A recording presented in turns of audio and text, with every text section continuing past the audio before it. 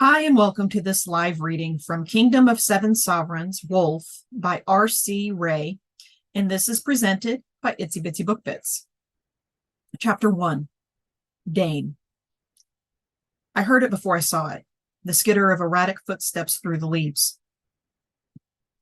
My shoulders tensed as I fingered the hilt of my broadsword and waited, the beat of my heart as rhythmic as a steady drum inside my chest.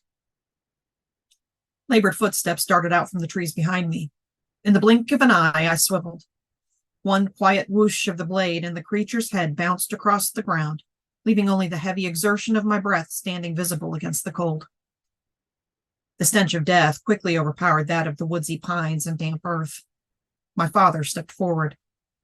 With a casual flick of his heavy boot, he flipped the head over, revealing its beady, lifeless eyes staring into nothingness. Looks to be goblin. Maybe from the northeastern swamp regions. His deep sandpapery tone was nonchalant as he sheathed his own sword again. I assessed the grotesque creature, short, pointy ears, long, hookish nose, deep, greenish-gray skin, and ugly as sin. Yeah, definitely goblin. The stench was so putrid my eyes stung. It ranked somewhere up there between stagnant, dung-filled mire and festering corpse, so I'd have to agree it had traveled from the boglands, or at least in that general vicinity of the wasteland beyond the Seven Kingdoms. I nodded. There will be more, I replied as my eyes cut to the surrounding underbrush and trees. Father adjusted his heavy fur-lined coat as small flakes of snow began to pepper the crisp air. Ever vigilant, we continued on. This was to be my last patrol before departing for the new academy the kingdoms had named the Bastion.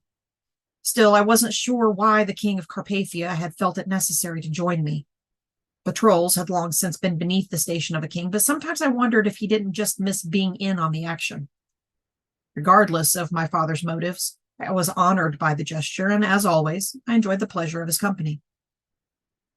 The gravelly path crunched beneath our feet as we strode forward in silence.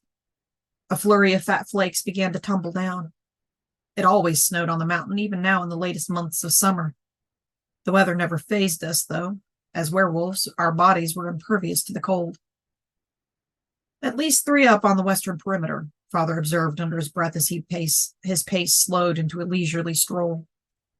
I glanced over at him. The snow had begun to form a thin layer over his short auburn hair, and the lines of his straight nose and angular jaw were tilted downward. His expression was reflective. Other than the beard he now wore and the scar that ran from his cheek to his brow, we looked much alike. Normally, our shifter regeneration capabilities prevented such a branding, but that particular gash had been made by the Dragonian King's enchanted blade, and my father wore the battle scar with pride. The Dragonians were our biggest rivals and the only other shifters in the Seven Kingdoms. The 2 realms of magical fae couldn't be considered since they bore their angelic-like features in a permanent status rather than transforming from one form to another, thus making the strength and versatility of the dragon shifters our most fierce competitors. Neither the lowly humans nor the mystic fae could even hope or dream to rival our abilities. There was another set of scurries in the distance, but not close enough to be a threat. Yet. 2 more approaching from the south, I replied casually. Father nodded, and again my curiosity piqued as to why he'd decided to join me. I knew it couldn't be about the Bastion, as we discussed its political significance and a decisive strategy at length. Rather, it seemed something else was on his mind, but whatever it might be, he appeared intent on keeping it to himself. There was another scamper from the underbrush in the opposite direction of the last. Looks like things might finally start to get interesting. The wry smile that turned up at the corner of Father's lip indicated he had heard it too. A beautiful evening for a walk, he said, speaking louder than necessary to draw them out. 2 more edged closer from the north. Goblin scum often traveled in pairs. In a few more minutes, we would be surrounded, and they would be stupid enough to think they had the jump on us. The truth was, they didn't stand a chance against the perceptiveness of our wolfish hearing, and were headed straight to the waiting arms of their demise. Father smiled when the first trio was nearly upon us. He rolled his head from right to left, cracking his neck before he looked at me, one saber-like fang now protruding from his grin. Sabers and swords? His honey eyes gleamed with anticipation as he shrugged off his heavy coat. I couldn't help but chuckle at his infectious exhilaration. Pulling my sword, I grinned. Oh, hell yeah.